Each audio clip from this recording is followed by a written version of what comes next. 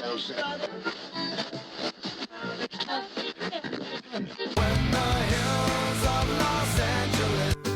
Angeles, I'm and most Hollywood nights.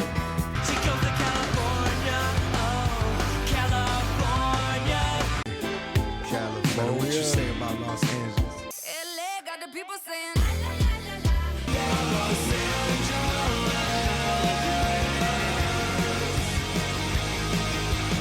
You're listening to Corner of the Galaxy on cornerofthegalaxy.com.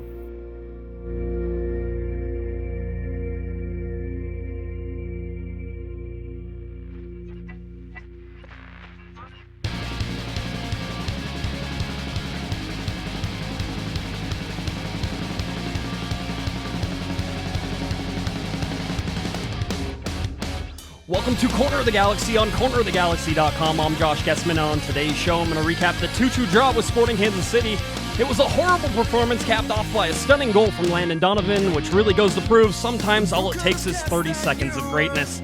Then I'm going to update you on all the LA Galaxy news, including a check-in on Jack McBean's loan to Coventry City and some LA Galaxy 2 announcements. And finally, we're going to preview the LA Galaxy's matchup with the Seattle Sounders on Sunday. Along the way, we're expecting some special guests, and we'll have a special co-host as well. It's a packed show, so don't go anywhere. You're listening to Corner of the Galaxy on cornerofthegalaxy.com.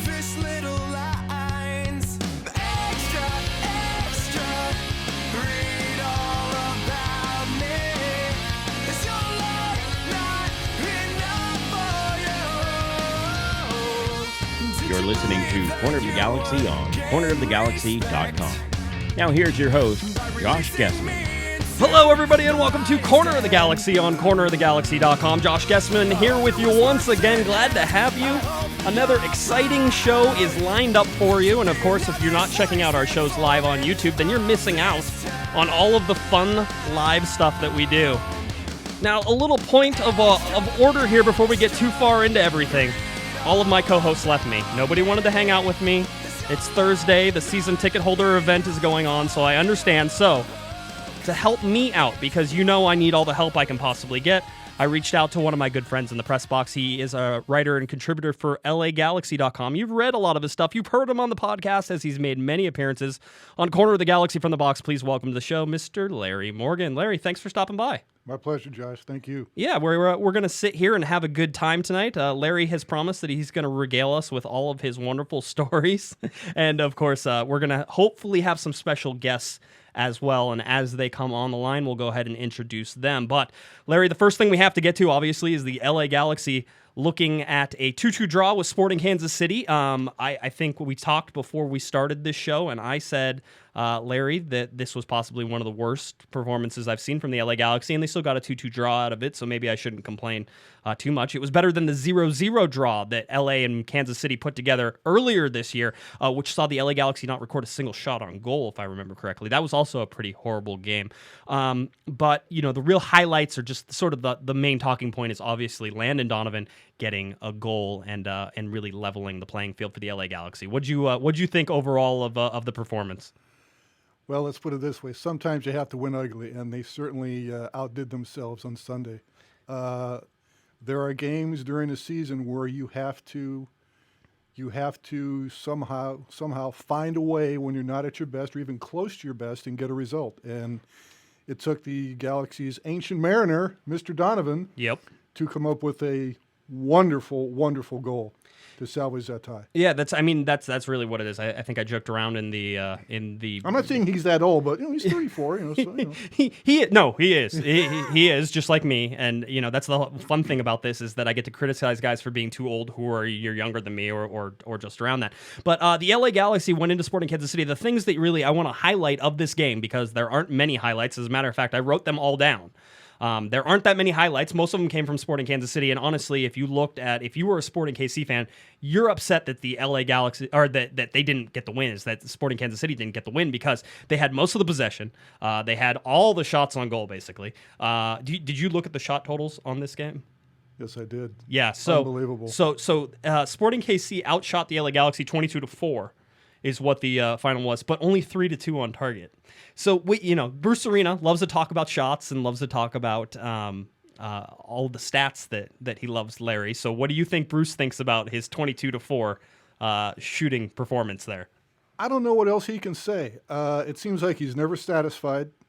Frankly, there wasn't much to be satisfied about in that game. But also, I was very surprised that they did get a result. One, it's a tough place to play. Right. Two, these are the kinds of games they were losing earlier in the season, and they somehow managed to get a result, thankfully, because of Mr. Dunivant, great left-footed shot. But I just think Bruce has run out of things to say about what he can do to snap this team out of its doldrums. I mean, it seems like every time we talk to him, he gets a little bit more and more exasperated. I mean, I don't know what else he can do. Yeah, no, I think I understand what you're saying. There's definitely been something, and he keeps talking about these mistakes. It's too late in the season to keep making these mistakes. Well, I don't even know if you're going to talk about mistakes in this particular. This is a game for the LA Galaxy that you look at and say that they had no energy in the game, so they probably didn't deserve to get the point that they got. Defensively, they were okay, but one person stood out, Yellow Van Dam again. I think he had 2 or 3 or 4 blocked shots on the net, and one or two of those was going in the back of the net. So you can say that Yellow Van Dam was your man of the match. I said it. Lots of people have said it, so I don't think I'm saying or speaking out of turn. He's been the man of the season. I mean, we both agree he's been the man of the season. He's their MVP as far as we're concerned. Yes. He's been tremendous. And how he came back so quickly from a sprained knee ligament, which we all know is a slight tear, is beyond me. Yeah, no, I mean, that's really, he is sort of the guy who has made the LA Galaxy season somewhat enjoyable. Although we say it hasn't been a good season. I'm not alone in saying that the LA Galaxy have underperformed totally this year, and they have. But at the same time, they're second in the West, and they have a chance at the Supporters' Shield. And they've only lost 4 times. They've only lost 5 times at home in the last 4 seasons. Right, Larry, only 5. Right. So and we keep complaining and just ripping them, but when you look at the numbers, they're pretty impressive. They are. It's the long view. When you look at the Yes. long view, that's how it is. The other big story here is Giovanni Dos Santos not playing in this game. A left hip flexor issue that apparently picked up in training kept him out of this particular match with Sporting Kansas City. He was on the bench. But Bruce said that if they didn't have to play him, he wasn't going to play him, I think, in the postgame, and he didn't have to play him, so he didn't play him. That was fine, which is okay. But you did get to see Robbie Keane come back. This was the first game I think Robbie Keane started in a month. Alan Gordon was up top with Robbie Keane. You had Boateng, Leggett, Laurentowicz, and Mendiola through the central again. Listen, for a game that's going to be hot and a lot of energy, Larry, I'm perfectly okay with putting in somebody like Mendiola and Boateng and Jeff Laurentowicz in there to sort of help backstop Sebastian Leggett. And Leggett has been doing well in that central attacking midfielder role anyway. So again, it's listed as a 4-4-2 here. There's probably a shift between the strikers, although the striker play in this game wasn't exactly stellar. So I'm not sure whatever formation they were using, it wasn't working. And then you had a back line of Cole, Van Dam, Stairs, and Rogers. My issues with the defense start again with Mendiola and Rogers. Defensively, the right-hand side of the LA Galaxy defense is very weak right now, and Robbie Rogers is not the best defender. If you want the best defender, you put AJ De La Garza in. Right, and it's so tough to keep somebody like AJ on the bench because he's so savvy, he's so smart. He has to play, but where do you play him? I know where I play him. I would play him ahead of Rogers. See, yes, so I think the only person, there are a couple people out there, Larry. There are a couple people out there who actually like Robbie Rogers there, and they will point to the goal and the assist that Landon Donovan scored was a Robbie Rogers thing, but Landon Donovan made that play for the most part, and my biggest criticism of Robbie Rogers besides his defense is that attacking-wise, his crossing is poor. Abysmal. And it's not poor, it's abysmal. He doesn't clear enough space. No. The ball rarely gets around the first guy. He usually knocks it into somebody. And granted, that can win you a corner kick. In this game, it didn't, though, because the LA Galaxy had a total of 0 corner kicks in this game. And that shows, again, the lack of attacking that they had in this game was non-existent. They attacked twice, they scored twice. That's basically how it works. Alan Gordon scored completely against the run of play in, I think, the 7th minute. It was a great play. It was perfect, but it was a half chance that the LA Galaxy turned into something, and it was bad defending on Sporting Kansas City's part. Right, and when you see the Galaxy as much as we do, we keep asking ourselves, why do they have so many problems in the attacking third of the field? Right. And continue to have these problems. With all this talent, they continue to have these problems, and we just shake our heads. Yeah, no, it is one of those interesting things. And again, I don't know what you do on that right-hand side, but you're going to worry about goals and giving up goals if you have Mendiola, who is an okay defender, not great. But the problem is that he's inexperienced against a defender in Rogers who isn't that great. And so that right-hand side. And then if you want to add into it, you put Daniel Steres, who's also on that right-hand side. So you now have three sort of players on that right-hand side who are not the most experienced players in the world. Yeah. And then that means, of course, that you have a bunch of issues on that right-hand side. So if I'm a team and if I'm Seattle coming in, then I say attack down your left-hand side, the LA Galaxy's right-hand side, because that's where the weakest point is. And until Robbie Rogers can do something to show me that he's not that weakest link, that's where I would continue to attack. And if you're going to attack down the center, you attack towards Steres' side. It just makes sense. You're going to attack away from Cole and Van Dam, and Boateng is a good defender, and in this game, if you he's gotten better as a defender. He's been tracking back a lot. In this Kansas City game, he was basically the fifth defender outside of Ashley Cole at a lot of places. Yeah. He was playing on the back line. So you know what? We have a call, so let's see if we can bring them in and see who this is. Let's see, 714. Who's this? This is Kevin. Hey, Kevin! You called so early. I appreciate it. We're already live. So Larry's in here with me as my co-host. So everybody, please welcome to the show, Mr. Kevin Baxter of the LA Times. Kevin, we were talking about sport in Kansas City, and you chimed in at just the perfect time because I would love to get your thoughts on exactly what happened with the LA Galaxy over the weekend. Well, Landon Donovan said all along that he wanted to have one moment here down the stretch. Right. Where he thought that he could contribute something special. And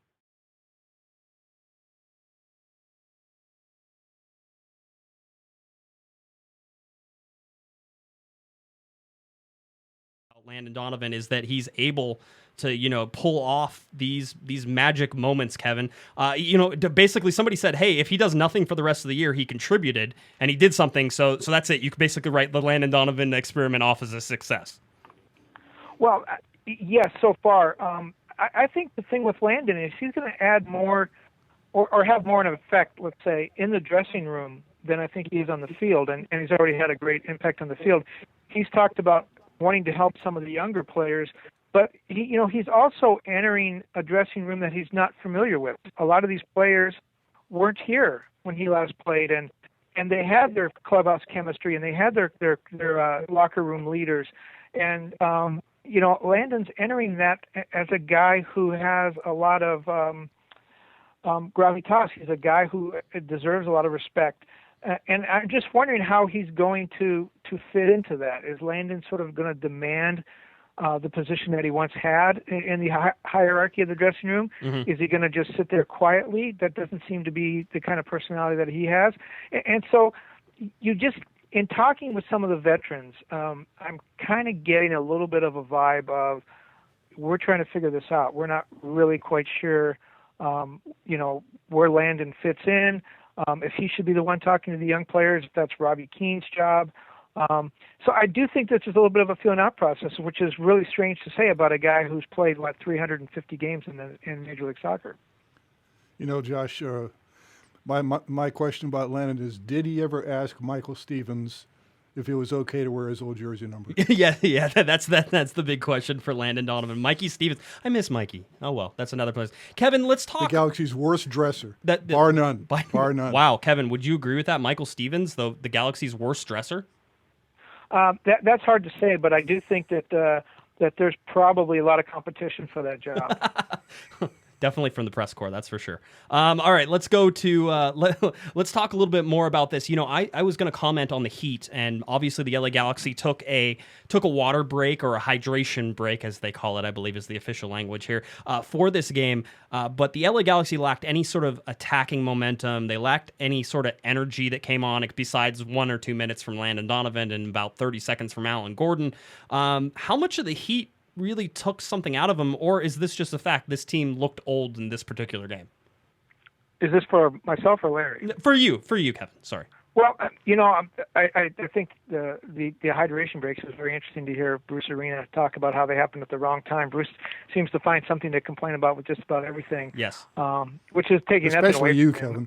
Kevin. Yeah, he's obviously the greatest coach in U.S. soccer history, so he deserves all the respect that he's earned. But they do look old, and the heat should not be an excuse for a team that trains regularly in 85, 90, even 100-degree temperatures at the Step-Up Center. Practice for the second half of the season has actually been moved a half hour earlier because it was so hot. So this is a team that should be used to the heat. I do think that they do have a lot of older players. They do have a lot of guys struggling a little bit for fitness. You look at a guy like Alan Gordon, who started 4 of the last 5 games, but up until now hasn't been playing regularly. Robbie Keane missed a month. There are a lot of guys that they should be fit at this time of year, but game fitness to run for 90 minutes in that kind of heat is different from the fitness to go out and train and to work out in the gym every day. So right. I think they're still struggling with that a little bit, which is strange to say this late in the season. And I was, one thing about the defense, it did look a little bit unorganized. It looked like some of the guys were not on the same page. And I know the team's record was actually better when you look at winning percentage. It was actually better without Nigel de Jong on the field, but since he's been gone, I'm wondering if there is a little bit of missing him and some of the physicality that he brought in that holding midfield position. That there isn't that stopper in front of the back line, and maybe people are getting to the back line a little faster than they're used to, and they're having to make decisions a little bit quicker than they had to earlier in the season. So I wonder if Nigel's absence has a little bit to do with the sort of the disarray on the back line. Yeah. Do you also put any stock in the fact that the LA Galaxy, because they didn't hold almost any possession in this game, very lopsided in terms of possession, especially in the first half? I thought Kansas City had the ball for, 44 minutes out of the 45 that were played. Do you think any of that had to do with the fact that, whenever the Galaxy don't seem to attack, Kevin, we saw it in the RSL game late in the game, or anytime the LA Galaxy have really been scored on late in the game, it's because they haven't attacked. They haven't held possession. They didn't do any of the things that they needed to do in order to secure the ball. And then that leads to the defense being put under a tremendous amount of pressure. And I agree with the Nigel de Jong thing. I also agree that your defense right now with Robbie Rogers on it, because you want the offensive threat, or at least I'm assuming that's why Bruce plays Robbie Rogers, is for the offensive threat instead of AJ De La Garza. With Robbie Rogers out there, with Raul Mendiola out there, with Daniel Steres, these guys just aren't as strong defending as maybe some of the other guys, like you could put in a Baggio Husidic even has maybe a more defensive bite than a Raul Mendiola. Now, offensively, that's a horrible idea, but nonetheless, Baggio Husidic, is one of those players, or AJ De La Garza out there instead of Robbie Rogers. I mean, that seems like a more defensive team, and giving up these goals, especially in Kansas City, seems like it was a defensive / because the offense couldn't hold the ball for very long problem. Well, there's a lot to bite into there. First of all, Kansas City had to win that game, and so I think that there was a lot. You have to give them a lot of credit for holding possession and for pushing forward so much. That was a game that they had to win, and they didn't win it, and that's crushing in their hopes of getting a good playoff seeding. So that was part of it. The other part is, I think maybe when Bruce Arena gets the 11 out there that he wants, you may see some of those changes. Back in the day, going back to 2012, when the Galaxy had that incredible defensive effort, when you look at the numbers they put up that season, they played defense by playing offense. They played defense by pushing forward and keeping possession of the ball, sort of what you're talking about. And so their best defense was a good offense in that time. And I think when Bruce Arena has the 11 that he wants out there, and that would be an 11 that would include Giovanni Dos Santos, he's not going to get Zardes back, but Robbie Keane, maybe Steven Gerrard in that sort of attacking midfield role. When he gets those guys out there, I think possession, you will be able to play some of those defensive players, because Bruce was going to rely on Robbie Keane and Gio and Gerrard to keep the ball forward. Then I think maybe Mendiola goes back to the sidelines and you play a Jeff Lorenowitz, or as you say, a Husidic, more as a holding midfielder, to sort of help that back line out. And then it's sort of more evenly split, where there's 5 players playing offensively and 5 players playing defensively. But right now, as you said, Robbie Rogers and Mendiola in the midfield, he wants those guys pushing forward, and it's more sort of like a 6-4 or even a 7-3 split. And the other thing to think about on that is, the defense is where you have a 35-year-old Ashley Cole and a 32-year-old Jello Van Dam Right. and Robbie Rogers, 28. You have guys with a lot of mileage back there that you're asking to do a lot of things. And now, on top of that, you're putting pressure on them. So I think an ideal lineup for Bruce Arena would have, guys playing offense and guys playing defense, and not so much having some of your backliners rush forward. I think that's the ideal situation, and unfortunately doesn't have the luxury of that right now with all these injuries. Yeah, no, those are all good points. Speaking of the LA defense, AJ's got to be out there. Yeah, no. Every time I see him on the bench, I cringe. I mean, he is clearly their best intuitive defender. He has to be out there. Yeah, he has to be. If you're looking for defense, this is an argument that I've had too. There, Kevin, is that if you're looking for defense, if you're complaining that the LA Galaxy are giving up goals and AJ De La Garza is on your bench, then you can't be complaining about giving up goals if you're Bruce Arena, because you have a defender on the bench who I think gives you almost equal attacking as Robbie Rogers. People disagree with me. That's fine. I can stand to be the only person who's right on that one. All right. So, but that doesn't happen. But the other thing that I wanted to say, you talk about guys who sit on the bench or who haven't been there, Kevin. Robbie Rogers is one of those guys who's playing now. AJ De La Garza is on the bench. A guy who hasn't played a whole bunch, Robbie Keane, wasn't on the field. The LA Galaxy and Giovanni Dos Santos played pretty well without Robbie Keane. You're talking about the LA Galaxy playing pretty well without Steven Gerrard. Is the LA Galaxy a better team without Robbie Keane and Steven Gerrard on the field right now? No, I don't think so. And to your point a little bit, I think just a bit ago with Robbie Rogers, I think it's interesting how Bruce Arena, to me, and I could be completely wrong, but seems to have kind of a template of the way he wants to play. And I see Robbie Rogers as kind of the modern day Sean Franklin. I mean, he had that back liner that ran up and down the field, and Bruce loved that, and Sean Franklin was extremely successful doing that, and now he's trying to make Robbie Rogers do that. And I just throw that out there as an observation. But when you look at the guys coming back from injury, I think you have to give them a little bit of time to get their fitness and maybe even their chemistry back. But I do think they're a better team with Robbie Keane, and remember, Gerrard has 11 assists. Let's not forget that, despite the limited playing time. I think back to a former life when I covered baseball, and I think back to the 2006 Cardinals, who their starting rotation was decimated by injuries, and guys missed a lot of time, and the team barely made the playoffs. And the question was, these guys coming off injury, are they going to be strong enough to lead the team through the playoffs? Well, you know what? They were like a house of fire. They had been rested. They came into the playoffs after everyone on the opposing teams had played 170 and 180 games, and these guys were fresh. And I bring that up only because I wonder if that's going to be a huge advantage for the Galaxy. Right. If these guys are healthy through the postseason, they got 4 games now in the regular season to get ready, and then the playoffs, you're going to be getting a Robbie Keane and a Steven Gerrard that are both fit and rested and stronger than they would have been if they had played all season. You can enter Gio into that picture too. And then the guys on the bench, Lorenowitz has not played a full season. Right. Vucinic, none of those guys have really played a full season. They've gotten enough experience to be good, but not enough playing time to be tired. And the last thing I want to say too on the defense, I am by far Brian Rowe's biggest fan, but I'm wondering, is he regressing a little bit? He seemed to me like he never made a bad decision about coming off his line and some of the things he did early in the season.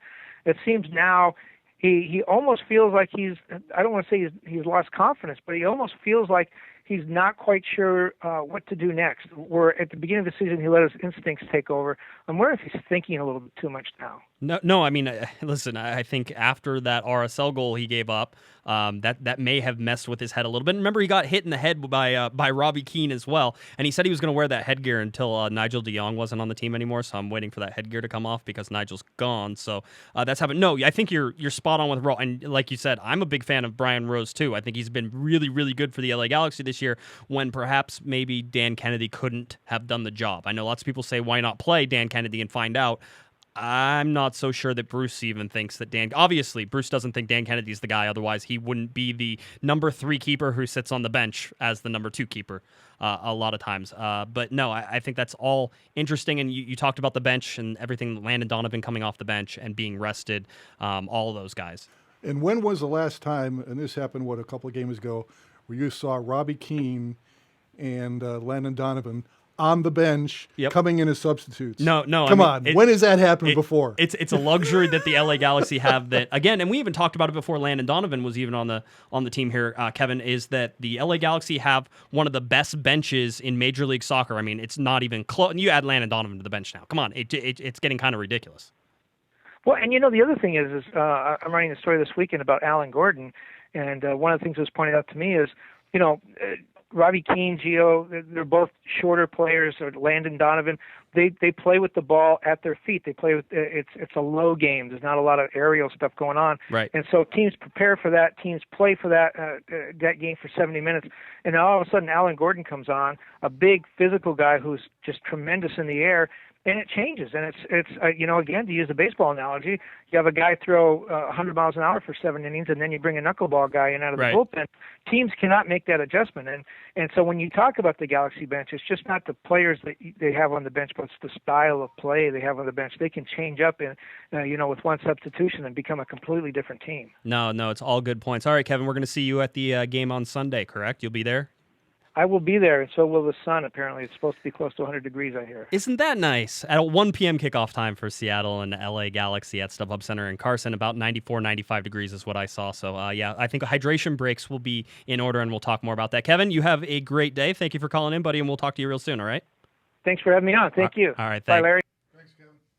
All right, so there you go. There goes Kevin Baxter. If you want to follow Kevin Baxter on Twitter, at KBaxter11. If you want to follow Larry Morgan on Twitter, it's, he doesn't have a Twitter account. So, sorry, Larry. Thanks, Josh. Yeah, Thank you very much. We use the hashtag Larry Morgan not on Twitter whenever you want to talk about Larry. And if you send it to me, I will text whatever you send to Larry to him. So that way we can continue the wonderful circle of Larry Morgan not being on social media. We're all missing out, folks. I'm telling you, we have good stories here, lots of stuff.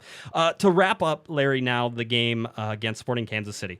Landon Donovan comes in, scores a goal. Great. That was what he was supposed to do. It was a wonderful play.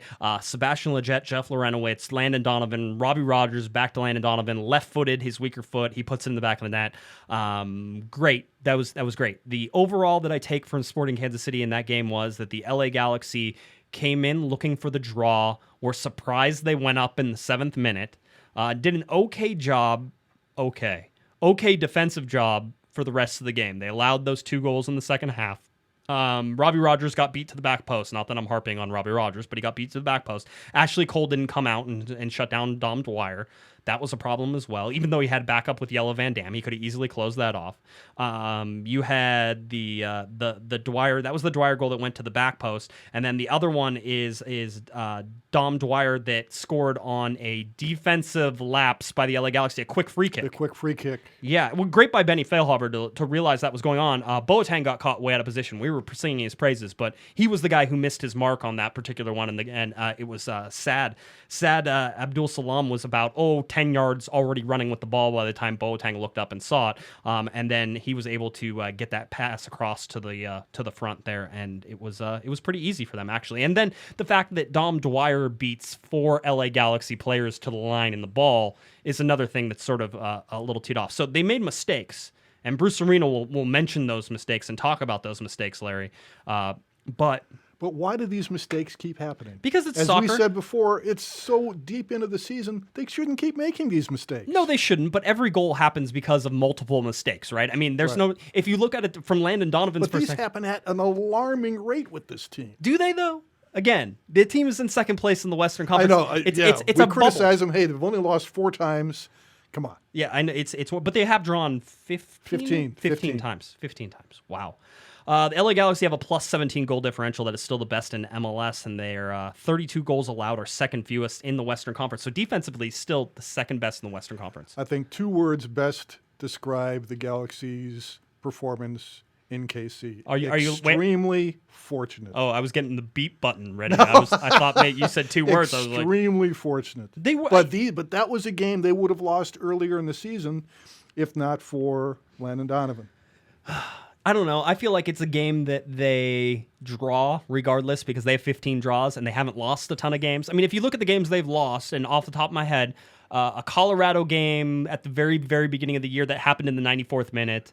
Let's see, there's the New York City FC game, which was an offside goal that happened in New York. So that one, you can almost throw that one out as well.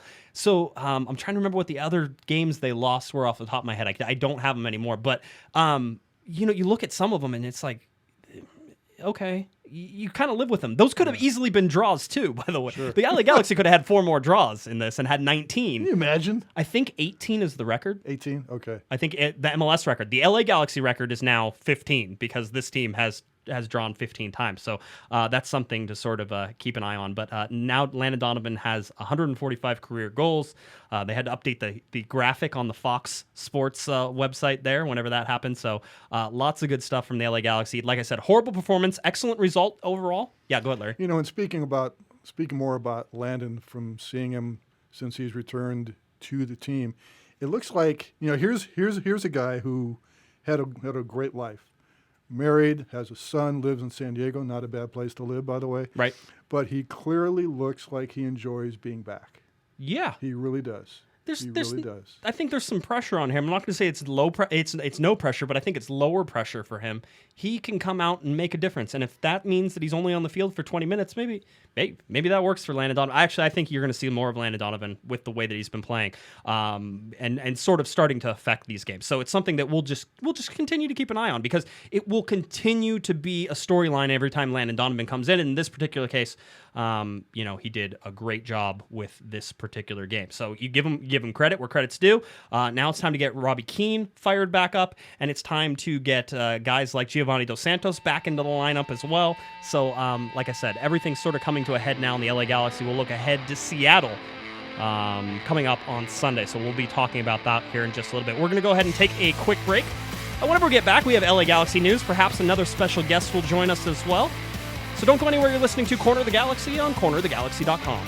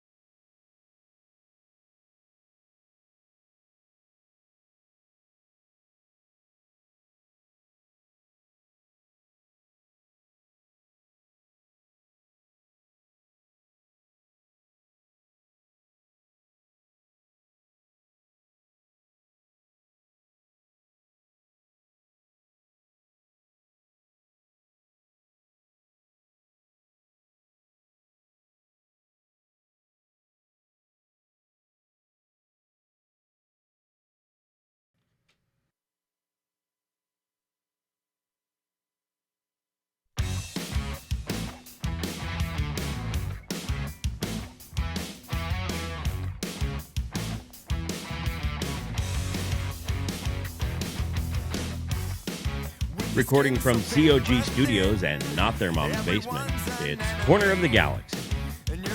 Welcome back to Corner of the Galaxy on cornerofthegalaxy.com. Mr. Larry Morgan is my guest co-host. I'm Josh Guesman. Thanks for coming back for us. We still got a bunch of stuff to talk to.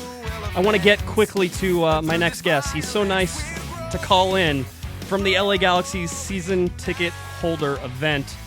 He's there right now as we speak. He's been on the show many times. Of course, you know him from Fox and all of the wonderful broadcasting he's done there. Please welcome back to the show a good friend of the show, Mr. Alexi Lalas. Alexi, thanks for stopping by. Gentlemen, how we doing? We're taking a picture right now as I talk to you. I'm at a table here that is absolutely jam-packed with LA Galaxy legends and myself, and it is just an LA Galaxy orgy right here, basically. I mean, it is nuts. They got season ticket holders here. They're selling old jerseys and all this kind of stuff. So it's fun. I'm wedged between the great Todd Dunivant on my left, the great Clint Mathis on my right, and then if I look down the tables here, I got Paul Caligiuri, Peter Vallanas, Edson Buttle. If I go down, I can see Kevin Hartman, and then the man himself, Mauricio Cienfuegos, at the very end of the table. So, like I said, it is a bunch of rogues here, but it's beautiful. And we're talking to you. And you're talking to me, but I'm going to pass you off to some different people here to talk to. So, if that's okay. That's absolutely. We will rock and roll. Larry, go ahead. All right, hold on a second here. Hold on. All right. Second. Yep. Thank you so much. Hey, Todd. Say hello to Corner of the Galaxy. My friend, how are you? It's Mr. Dunivant. It is so nice to talk to you. How are you doing, buddy? How are you?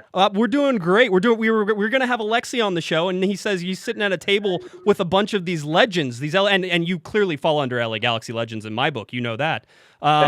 But I said, why are we talking to you then? And so he hands the phone off to Todd. Todd, tell me what you've been up to first of all. Well, honestly, I literally just flew in from San Francisco. I'm helping start a new pro soccer team up in San Francisco. It's an NASL team coming. San Francisco Delta is coming in 2017, and that is taking up all kinds of time. It's a great project. We're really excited about it. It's got a great response from fans and from the city, and the opportunity to come down though and be here for season ticket holder night was too good to pass up. It's great to see all the familiar faces here and say a lot of hellos. Yeah. It sounds good. Here, I have somebody else on it. Larry Morgan's here in studio with me. He's helping me co-host today. So Larry has something he wanted to say. Todd Dunivant, how are you? Hey, Larry. Good. How are you? Hey, Todd. Pass this on here back to Alexi. Okay, going back to Alexi. Sorry. Okay. Hey guys, how we doing? We're hanging in there. I mean, we talked to Todd Dunivant already, and we got you. Would you like to talk to somebody else? Well, hold on. Larry has a question first. Oh, Alexi, yes, please. Larry, go. Please tell us that you did not bring your guitar to that and are singing to the fans. Please tell you that I didn't do what? That you didn't bring your guitar there and you're not singing. No. I'm not Okay, playing. I good. would not subject these people to that type of torture, all right? Believe me. Excuse them if they got so far, they've already had enough torture. Hey, there we go. No, I was going to say, I own every single one of your iTunes records. So, I mean, that's not even a thing for here. It's me. You're talking about Shots, the greatest rock and roll product ever put out. Yeah. Yes. Yes. It's still available. Believe me, there's plenty of copies left. That's very good. I wanted to know what the general vibe is there. It seems like everybody's having a pretty good time. I wanted the up-to-date what's the report. general vibe here? Is it good? Is everybody having a good time? The official word here, okay, from the supporters that are here is that they think they're having a good time. I'm going to take that as a yes. All right. Okay? All right. That's good. Who else can we talk to? You want to talk to Clint Mathis? Let's talk to Cletus, please. All right. Cletus, they want to say hello. How's it going? Hey, Clint. This is Josh Guesman with Corner of the Galaxy. Larry Morgan's here with me as well. Alexi said that you were there. I said we wanted to talk to you just to sort of get an idea of how the season ticket member event is doing and how everything's going with you. No, it's doing well. Hey, fans, can you holler out front? Oh yeah, we hear them. It sounds like they're having a good time. No, they're having a blast. It's a good little event, getting all the alumni all sitting together. So it's nice to see some old faces alongside seeing other players that are down out at the stadium. So great things going on here. Hey, Clint, honestly, how much do you miss the competition? I know it's been a while since you played, but honestly, how much do you miss it? My body doesn't at all. But, mentally, it'd be nice to still be able to, do what Landon's doing. Take off a few years and then get back out there like he just finished yesterday. So yeah, you definitely miss the competition and want to be out there running around and being in that atmosphere. But like I said, my body's thanking me that I'm not out there still.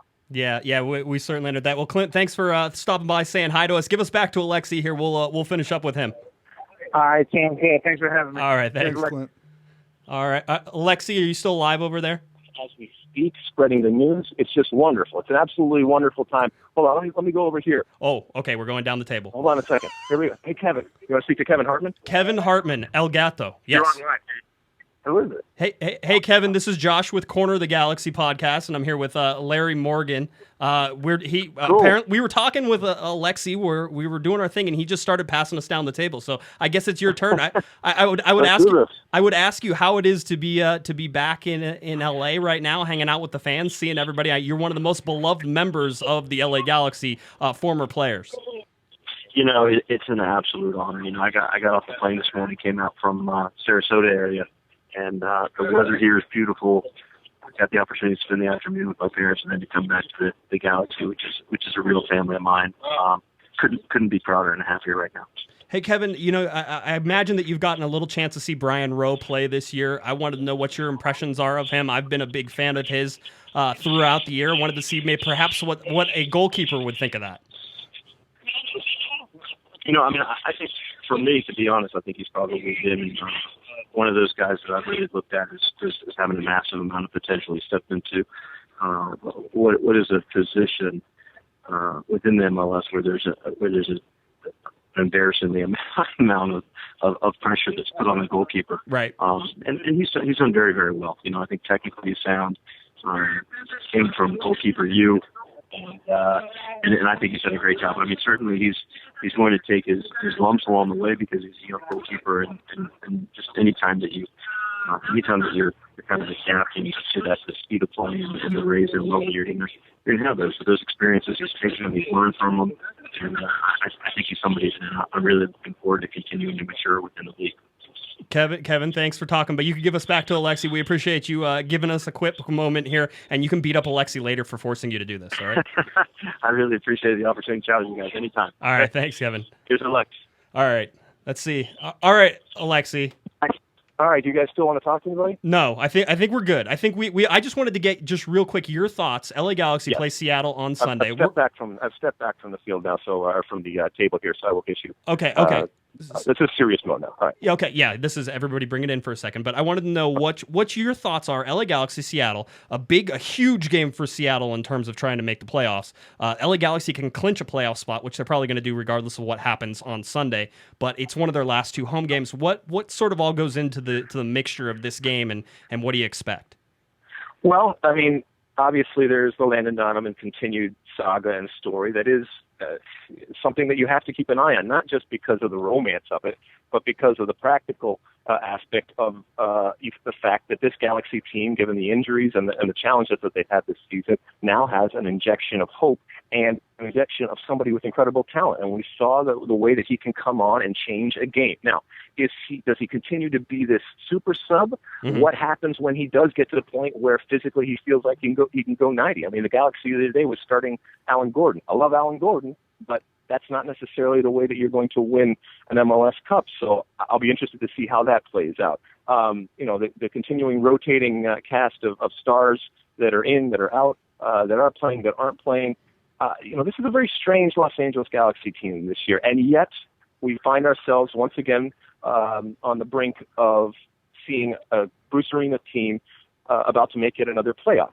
And you would never count out any type of Bruce Arena team. And even though this one is a little different, and I wouldn't put it on the caliber of past ones, they are still a team that can do damage, and they are still a team that I think, given a couple of more results and a little bit more trajectory upward, mm-hmm. This is a team that is going to put some fear in people. And I asked that question the other day on the national broadcast over at Fox. I said, is this a team that you fear? And I'm not there yet, but I'm getting there. Right. Right. Yeah. Well, it's being played at 1 p.m. because of a national television broadcast on ESPN, not Fox this time. I should have. Yep. If Fox was on, I would have had you on. I'm in Columbus this weekend with our Fox broadcast, so that'll be the Columbus New England game with a lot on the line in terms of playoffs. That's another good one. But it's being played at 1 p.m. in Carson. It's supposed to be around 94 degrees. What do you think of these midday games that are right in the heat of the day? I hated. Oh, look at me! I mean, I'm a redhead, so that mutant gene does not like the sun. You can understand why. I hated playing in the sun. I always preferred night games. It just was more comfortable, and I actually think that night games provide, in my estimation, a better atmosphere. And so, but look, you got to do what you have to do, especially for national broadcast windows. It's an important component of the business, and we adjust and we adapt. But certainly if you have your druthers, you want to play at night. It'll slow the game down, but this is also not anything that any of these players aren't used to. Well, make sure everybody goes out and downloads the Mutant Gene podcast, which I listen to on a regular basis. It's always a good listen, and I'm about halfway through of the last one that you put out, so I will finish that tomorrow on my drive into work. And, of course, you have Columbus and New England coming up on Fox. What time is that game? Well, it'd be right after the your game, the Los Angeles Galaxy Seattle game. So just segue right into Fox right after you watch on ESPN. That works great. All right, Alexi, thanks for stopping by, and thank you for handing the phone off. That was more fun than I can tell you that I was anticipating. No problem. Worked out well. I'm glad I could show up again. So I look forward to the next time. See you guys. All right. Thanks, Alexi. All right. There goes Alexi Lalas. Just in case you weren't paying attention there, we talked to Alexi Lalas. We talked to Todd Dunivant, Clint Mathis, and Kevin Hartman. So there are all the people that we just got to talk to because we had Alexi Lalas on the show. So things aren't so bad every once in a while. You know, we actually have some fun here. So this now allows us to segue and move into some of the LA Galaxy news that we wanted to talk about. I can tell you right now, we're already going long. It's going to be a longer show, so still buckle up. Maybe grab some water, get some hydration break in there for you, all the listeners, because we have a bunch of stuff still to go over, and I feel like we haven't touched on any of it. So let's get to the LA Galaxy news, and I'll go through some of this, and Larry and I will discuss it. One of the first things that comes out, which is not a big deal, it's something that everybody anticipated, is that Time Warner Cable has changed names. All right, we know this now because Charter bought Time Warner. I just don't want people to get confused. Larry's giving me a look like, who cares? This is not news. But I don't get Time Warner, so I don't care. Yeah, I know. That's what. So Time Warner Cable is bought by Charter Cable. Okay, that means that they've renamed Time Warner Cable Sportsnet and Time Warner Cable Deportes as Spectrum Sportsnet and Spectrum Deportes. Okay, which is just a straight up. And guess what? They're on the same channels. If you have Larry, if you have the app on your phone, which I know you do, if you had the app on your phone, it already changed names, so you didn't have to do anything with that. It updated, and it was magical, and so now it's Spectrum, Sportsnet and Spectrum Deportes, so all that stuff. And I don't think anything else is changing. I think everything stays the same. I think that Spectrum had to pick up all of the contracts that Time Warner had, so the LA Galaxy. They love that. Yeah, exactly. I was going to say. So they have all that stuff that's there right now for the LA Galaxy. It's everything's still on Spectrum/Time Warner. So if you hear me say Time Warner, it'll take me a little while to adjust and get to Spectrum Sportsnet and Spectrum Deportes, but just sort of keep an eye on that. All right. So Larry feels better already now that I've explained some of that stuff. I can tell. Let's go to another fun update. This one a little bit different. Wanted to give you an update on Jack McBean and his Coventry City loan. Jack is still playing with the Coventry City U23s. So he has not had any first-team minutes. There was an article that came out in the Coventry Telegraph, and if you go on cornerofthegalaxy.com, you can see an article I wrote about that article, because that's how it works sometimes, basically talking about Jack McBean and what he's gone through and everything else. He hasn't played any first-team minutes. The GM that brought him in has quit. The coach there is apparently a little old school, so Jack McBean is going to fight. Now, I will tell you something about the first team right now with Coventry City is they can't score goals to save their life. Jack McBean has 4 goals, and basically I'm hearing something like 2 assists, but he was involved in 2 other goals, so that's how it was explained to me, so I'm not sure they were straight assists, but he was involved in the buildups to these other goals with the U23s, saying that he's had some trouble adjusting to the quickness. But he says that it's making him a better player already, even in the U23s. So if this coach wants to remain coach, I would suggest that he starts playing Jack McBean or giving him some first-team minutes because they're not scoring any goals. And Jack McBean is one of the truly shining stars for the LA Galaxy, and I see him as a first-team player next year in place of somebody like Alan Gordon, who I don't expect back. I followed Jack McBean since he signed as a 16-year-old with the Galaxy first team. He was in let's face it, he was very impressive. Yes. When he started out, and then his career it looked like it maybe flattened out a little bit. Yes. Personally, I thought the move to England was good for him, but I go back to, is there an underlying reason why he hasn't been playing? Could it be the old anti-Americanism, especially for a pretty unknown player? Yeah, no, and again... You have to wonder if that's one of the issues that's come into play here. I feel like it is a little bit. People will say that I root for Jack McBean, which I'm a fan of his. I think he does what he was able to do in USL earlier this year. Okay, Jack McBean hasn't played in 8 weeks in USL, Larry. And he's still the leading scorer? He's still tied for the leading scorer, okay, 15 goals. So everybody wants to talk up some of these other players who are below him in goals and have been playing the whole time, but Jack McBean is still the leading scorer, tied for the leading scorer in USL. So that's sort of what he was able to do with that USL team, and that's why he couldn't stay there. You don't want him to be the best player on that team, and he wasn't going to get a ton of first-team minutes with the LA Galaxy, so he's got to go, and that only makes sense in this particular case. All right, let's go next. I wanted to give everybody sort of an update. We talked a whole bunch about on Corner of the Galaxy from the Box earlier with Scott French and LA Galaxy insider Adam Serrano about the MLS playoffs and sort of the different scenarios that could go through and sort of the teams that we wanted to keep an eye on. One of those things we were talking about was tiebreakers at one point, and I don't know if we ever actually laid out the tiebreakers. So I went on the MLS website and pulled out all 9 tiebreakers for the MLS playoffs. I thought there were 10. Yeah, no, there's only 9. All right, number 9 is a coin toss, by the way. So that's how it. And 10 is pull a name out of a hat. Well, no, 9 is split between a coin toss if there's 2 teams, or if there's more teams, the drawing of lots. Okay, so yes. Number 1 is the total number of wins. So if everybody else has tied on points, then you look at the total number of wins first. If that stays tied, you go to goal differential. Makes enough sense. Okay. Number 3 is goals for. So how many goals have you scored? That's the next tiebreaker. Then the fewest disciplinary points. So the LA Galaxy aren't winning that one. Thanks, Nigel DeYoung. Who thinks of this stuff? MLS people. Fewest disciplinary points? Don't worry. If you're tied with number 4, which I would love to see it get all the way to number 4, if you get to number 5, then it's away goal differential. Away goal differential, which is fine. What you do on the road. That's the LA Galaxy might actually be okay. That would be a good one for the LA Galaxy if they got into the tiebreaker.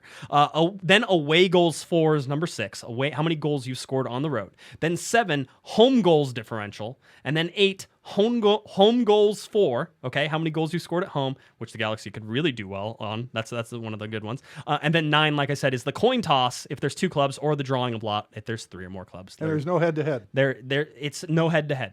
So apparently the tiebreaker goes, I read them. That's what it is. All right, that's for 2016. Now talking with Scott French, we're like, hey, didn't we remember some other different ways and in a different order? And the answer is yes. MLS seems to change this every year. So this is what it is for 2016. Doesn't mean that that's what it's going to be for 2017. LA Galaxy 2 announce open tryouts. All right, this is interesting, and the reason. Please don't tell me you're going to be out there. I would like to go out. To be honest with you, I mean, not me trying out. I would probably be good for maybe a 10-yard run, and that's it. They keep tweeting out stuff like, "Do you have what it takes? Come out and join LA Galaxy." I don't, and I'm like, no, I don't. No, I wish I did, but I don't. So LA Galaxy 2 has open tryouts. This is the way. Some Major League Soccer teams have a general open tryout, so you could make it to the Philadelphia Union if they have an open tryout, that type of thing. This is the LA Galaxy's open tryout. You show up for LA Galaxy 2. If they like you, then they'll sign you to LA Galaxy 2. If they love you, they might sign you to the first team too. I mean, that's sort of their way of looking at it. Here's the interesting thing about these open tryouts. They were in Vegas last year. There were some in Vegas. There were some in LA. Those were the places. I don't think there was anything else. This year they've added a destination, and it's a very interesting destination. So how it's going to go is December 3rd and 4th, LA Galaxy 2 will hold open tryouts in Las Vegas. And then December 15th and 16th, this is the interesting one, they're holding open tryouts in Tokyo, Japan. Tokyo, Japan. Which I think is very interesting. Very interesting. And I love it. I think it's a great idea. Sending Kurt Onalfo and maybe somebody like Dave Sarakin. This is after MLS Cup, so everybody's going to be free. So maybe Bruce Arena goes to Tokyo too. I hope they bring their Japanese-English dictionary. That's for sure. Maybe they can afford a translator. We'll never know. Could be. So Bruce, if you want me on that plane, just pay for the plane ticket and I'll ride with you. No problems. I'll carry your bags, whatever you need. Los Angeles, January 21st and 22nd, and January 28th and 29th. So 2 open tryout dates in LA. That'll be at StubHub Center Track and Field Stadium, I imagine. So those are your interesting interesting ones. Wanted to sort of show that to everybody and say, hey, this is what's going on with LA Galaxy 2. The open tryouts in Tokyo. I love the reach for this, Larry. I love saying, hey, let's go look into some of those Asian markets and see if we can find some young talent that we could bring over to LA Galaxy 2, sign you as a professional, and then if you develop, we're going to put you on the senior team. And I wonder if a certain Japanese player will try to sneak in there and, so incognito. So the Honda rumors have certainly been flying about recently. And that'd be the perfect spot for him. There was some rumors that perhaps he was ready to come to Major League Soccer. And, of course, one of the first places that he gets tied to is the LA Galaxy, like a lot of people. Did some investigating on it. There was a picture floating around saying, hey, he's at LAX. And yes, he was at LAX. It was just a year ago that apparently that was set out.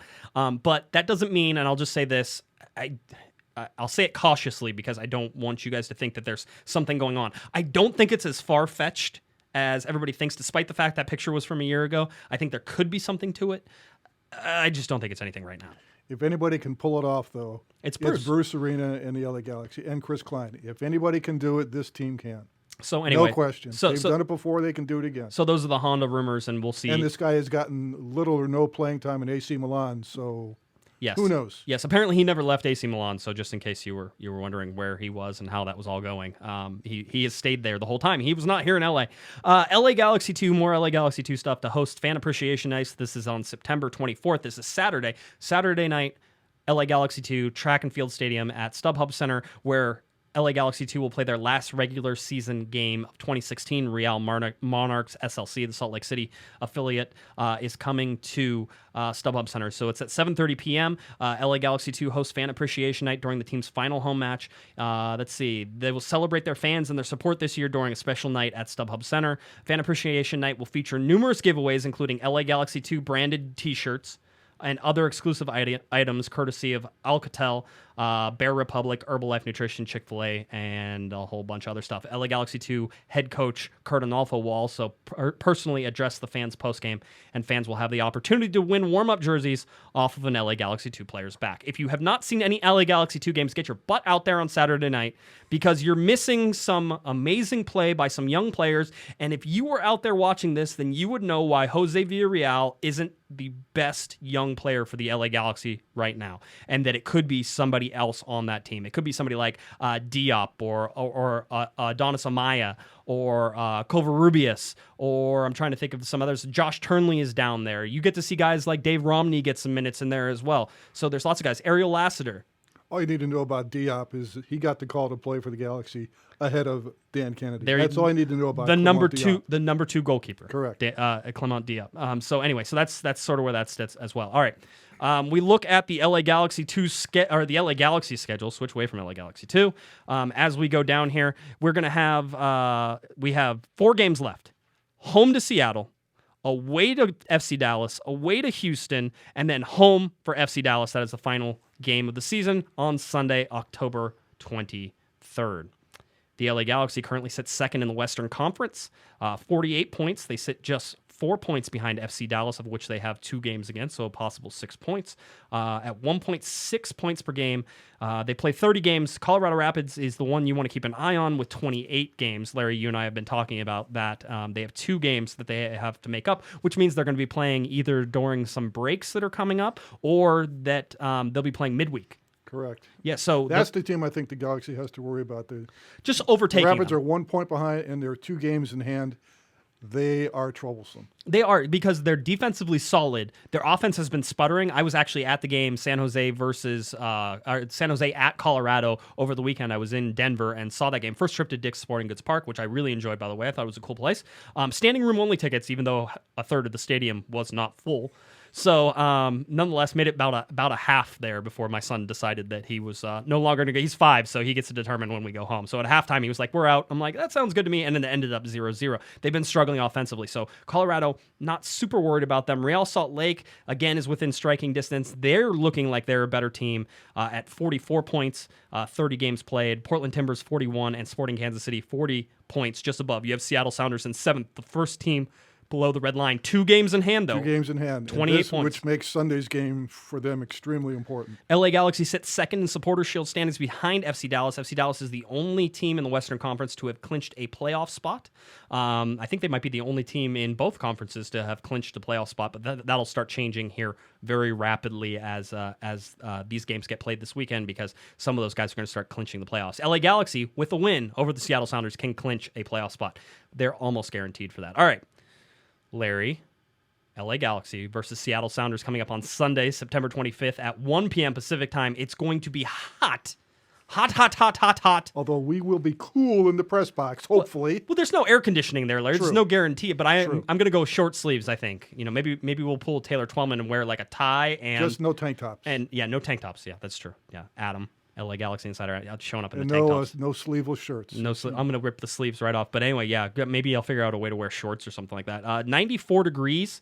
Possibly around kickoff time, so 1 p.m. right in the middle. This game is being nationally televised, which is why it is a 1 p.m. kickoff time on ESPN. Gotta love national TV. Oh, my. Well, I did decide to break out another rule. I went into the rules again after I looked up all those tiebreakers, Larry, and I looked up what hydration breaks will actually mean. So in 2016, the league office will mandate the use of hydration breaks. These are the water breaks in the middle of the halves, basically. If the wet bulb globe temperature measures 82 degrees or higher. And Larry, you say... Is that the 10th tiebreaker? Yeah, it should be. What's the wet bulb globe temperature? Larry, I know what you're thinking right now, and you're thinking, Josh, what is the wet bulb globe temperature? And so please enlighten us. Yes, lucky for you, I went on weather.com and picked this information right up. The wet bulb globe temperature is a measure of the heat stress in direct sunlight, which takes into account temperature, humidity, wind speed, sun angle, and cloud cover, in parentheses, solar radiation. All right, this differs from the heat index, which takes into consideration temperature and humidity and is calculated for shady areas. How did they ever come up with wet bulb? So if you work or exercise in direct sunlight, then you are one of these people who might know what the wet bulb is. And military agencies, OSHA, so occupation. Why did they name it wet bulb? I think it has to do with the measuring device. I don't know. I didn't go into the history of it. Well, if it's a wet bulb, I'm not holding it. Yes. I might get electrocuted. That's right. I'm sorry. That's right. That's how many people does it take to change a wet bulb globe temperature as a guide to managing basically workload in direct sunlight. So that's the idea. So that is it. It will be over it. All right. It's going to be 94 degrees. It will be over that. There will be hydration breaks. You can look for those to happen, and they should happen approximately 30 minutes into each half. That's when they're supposed to happen. Okay. The clock doesn't stop. They just add the time on the back. Okay. The Seattle Sounders, the wonderful Seattle Sounders, will come in. They are 11, 4, and 15. 11. No, see, that's the LA Galaxy. They are 10, 13, and 5. Right. I just wrote them backwards. Don't worry. However, they are 4-1-3 since Schmetzer took over as interim coach in late July. Yeah, and much more formidable team, even without Clint Dempsey. Yeah, and I think we were talking about that. Who really came in whenever Schmetzer left was Ladero. Right? And Ladero has been one of their spark plugs, along with Jordan Morris, who has been playing. A good chance to be Rookie of the Year. Yeah, very good chance. And he came in with a lot of hype. It wouldn't surprise me if that just swayed his way anyway, but he scored a lot of goals for Seattle this year. And then they have a bunch of really good players. Roldan is a good player. Their back line has sort of been their weak link, and I think it may continue to sort of be one of their weak links. So it's something to watch for the LA Galaxy, but they're coming off of a 1-0 victory over Vancouver Whitecaps, and Vancouver has been struggling a little bit too. So, and what's interesting about Seattle, we talked about it before the show, they haven't won at StubHub since 2009. They're 4-9-7 all time against the Galaxy. Yeah, and we were trying to say this, and I'm going to screw it up again, because I'm going to tell you that the LA Galaxy have so of all the teams that Seattle has played in MLS since they joined the league, they have the worst record against the LA Galaxy, which is sort of. But at the same time, Larry, you just said it. They haven't won since when? 2011? 2009. 2009. And that includes U.S. Open Cup, by the way. That's MLS and U.S. Open Cup. They have not beat the LA Galaxy. Although I think that's BS, by the way. I'm going to look up the thing. Let's see. This is the stat. Since 2009, now 11 trips in league and MLS Cup play without a win. That's crazy. Unbelievable. That's crazy. So anyway, and some of these Seattle teams have been very, very good teams. I think this Seattle team can be good. I really do. I think they can be good, and it'll be something that we have to watch on Sunday. I don't know what's going to happen. I mentioned the Heat in the Sporting Kansas City game, and the Heat could be an issue again. for the LA Galaxy in this game. 94 degrees. Seattle coming obviously from Seattle. Hopefully you get a little home team bounce there from that. North and South isn't the most difficult thing. This is the fourth time these teams have met this year too. The LA Galaxy were 1-0 wins away July 9th. 4-2 win at home. This was at the Track and Field Stadium for the U.S. Open Cup whenever they beat them 4-2. And then a 1-1 draw away in July 31st, all in July. Lodero's first game back. First game with the team. Yeah. And Schmetzer's first game since he took over for Schmid. And the other sort of question mark for Seattle right now is Clint Dempsey. And from everything that we look like, he hasn't been training with the team. And I don't know that Issues with his irregular heartbeat is what we understand. Yep, that's what we understand. And I don't know that you're going to get anything from him in this game from Seattle, which I don't know that they need him. They'll probably survive and do just fine. But anyway, it should be a really interesting game. This is going to be the game that sort of tests that theory, because I think Giovanni Dos Santos is going to be ready to play in this game. I think you said Steven Gerrard. I think chances are very good he will be playing. Okay, so Steven Gerrard could be playing in this game for the LA Galaxy, and then you have Robbie Keane, who had a horrible game against Sporting Kansas City. That was atrocious. You really have to. I mean, we've talked about it ad nauseum. Really have to wonder how much Robbie has left. With older athletes like Robbie and Steven, they're not only prone to more injuries, but their recovery time takes longer and longer every time they get hurt. It absolutely, it is. And so it's something you're going to see. And again, the DP conversation that we continue to have about Robbie Keane just continues to mount here, Larry. It's one of those things where if you're the LA Galaxy, there's no reason why you should be making any sort of contract moves until after the season, because you have no idea what Robbie Keane has done. I think he's only played in 15 games. Something like that. Yeah, 15 games this year. Less than half basically of the games if the whole season goes through. So he's going to be right around a little bit over 50% of the games for the LA Galaxy. Whether that was away with Ireland or whether that was because of injury, he just hasn't played. And you look at the minutes he scored and all that stuff. I mean, the production from him is way down. And so you have to wonder whether or not you're going to get anything from him if you extend that out. So yeah, want to see that. Think it's going to be interesting again to see Bruce starts at defense. Robbie Rogers is probably going to start. I have no illusions about that. I imagine that he starts. I imagine the back line stays unchanged from the Sporting Kansas City game. It'll be Cole, Van Damme, and Steres. Yeah. And we, as we said earlier in the show, put AJ out there instead of Robbie Rogers. Please put AJ out there. He's not going to do it. I'm telling you right now, it's not going to happen. So, no, it won't. So Robbie Rogers will get that start again. In the middle will be interesting whether or not Baggio Husidic makes a return instead of Jeff Laurentowicz. If Bruce wasn't pleased with Jeff's performance in Sporting Kansas City, again, I think the entire defensive game plan was to sit back in that game, and they absorbed way too much pressure. So I don't know how much. Almost paid for it. But the LA Galaxy with a win.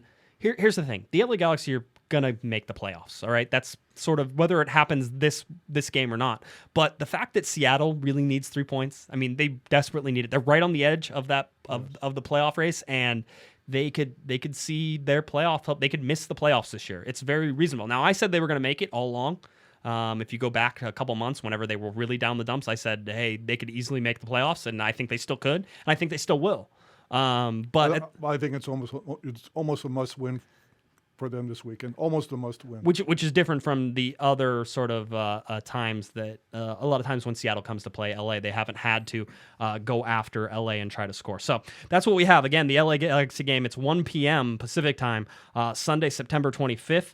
This is game number 301 of the MLS season in 2016, just in case you wanted to know which game it is. It's on ESPN, so make sure you tune in there. It's a nationally televised game, and I expect to see everybody at StubHub Center. Lots of people should be there. Again, 1 p.m., a little warm. Wear your sunscreen. Wear your sunscreen. Yeah, I was going to say, that's how it is. And Larry and I and Kevin will be up in the press box trying to shield ourselves from the heat. Well, not the heat, but from the confetti. The confetti gets in our drinks all the time. So when the confetti goes off, the wind blows, it goes right into our drinks all the time. It's one of those first world problems, but it's one of the things that happens. So I just wanted everybody to know. It's one of the hazards of journalism. Isn't it? And I'll tell you, so many of them, Larry, so many. Flying corks from champagne bottles during celebrations, getting soaked and drenched with champagne during celebrations, getting kicked with soccer balls at training. That's always something you got to watch. And then being made fun of by Bruce Arena on an almost constant basis. Every time at training, he always makes fun of me. I don't know if it's because I'm almost as old as he is or not, but I think he enjoys it. I enjoy it sometimes too. I mean, when he first arrived on the scene, it was very difficult to get along with, and now he's tolerable. He has his good day. He has more good days than bad days. He still thinks my name is John Guesman. John Guesman. Yeah, that's right. Everybody knows that story by now. So that's how it is. All right. I think that does it for us. I think we're going to wrap this up. It's been a long show, and I apologize for that. But I'm sure we had a lot of fun. Want to thank Kevin Baxter from the LA Times for coming on with us. That was really great. Want to obviously thank Alexi Lalas for coming on, and Todd Dunivant, and Clint Mathis, and Kevin Hartman as well. That was always good. And Larry, it's been a pleasure having you in studio here. So thanks for stopping by. We appreciate it. Pleasure's mine as always. All right. Well, what we're going to do is we're going to go ahead and get on out of here as soon as I, of course, can get the soundboard working at the very end. That's how it always works. Right at the end when everybody's ready to go. That's when you want to close everything out, and that's whenever the soundboard doesn't work. All right. Ooh, long show. Hope you guys enjoyed it. A lot of great stuff. Just had a lot of fun today. So always fun to change things up a little bit. I will be out at the game on Sunday. LA Galaxy, only 4 games to go in the remainder of the season. Should be interesting to see how everything sort of fizzles out and wraps up. LA Galaxy versus Seattle Sounders on Sunday, 1 p.m. ESPN. That's all you need to know. All right. For Mr. Larry Morgan, I'm Josh Guesman, and you've been listening to Corner of the Galaxy on cornerofthegalaxy.com. Have a great night, everybody.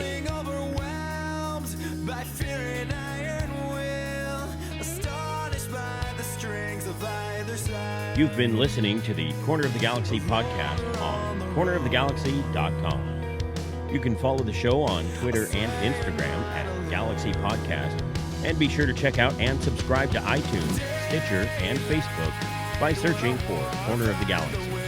And for all of your independent LA Galaxy news, discussion, and entertainment, including this podcast, head on over to cornerofthegalaxy.com. Fans, thanks for listening. We ask that you be kind and courteous to your neighbors as you leave the podcast. We thank you for joining us and look forward to seeing you again. Until then, I'm Michael Araujo, and on behalf of the entire Corner of the Galaxy crew, goodbye, everybody.